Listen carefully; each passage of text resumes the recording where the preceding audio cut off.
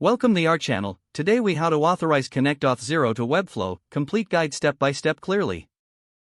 Start by logging into your Auth0 account. If you don't have an account, create one at Auth0's website. Once logged in, navigate to the dashboard. In the dashboard, locate and click on the Applications section. Select Create Application to start a new application setup. Name your application and choose Single Page Web Application as the application type. Click Create to finalize your application setup. After creating your application, scroll down to find your client ID and client secret.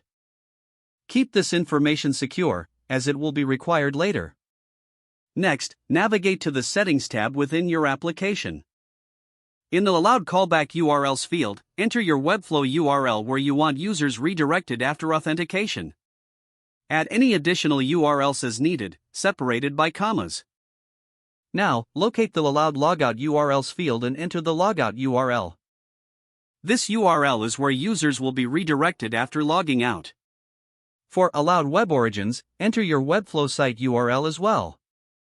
This step allows your Webflow site to communicate with Auth0. Scroll down and click Save Changes to apply your settings. Next, head over to your Webflow project. In Webflow, go to the Project Settings section. Select the Integrations tab in the Project Settings. Look for the API Access section and enable the necessary settings. Now, return to Auth0 and select the API section on the dashboard. Click Create API to create a new API for your application. Provide a name and identifier for your API and click Create. This will allow your application to securely access the API. Back in Webflow, you'll need to implement the Auth0 SDK. Go to your project's custom code settings and insert the necessary script tags to load the SDK. Ensure you place this code in the head or footer as per the instructions. Don't forget to like this video and subscribe to our channel for more step-by-step tech guides.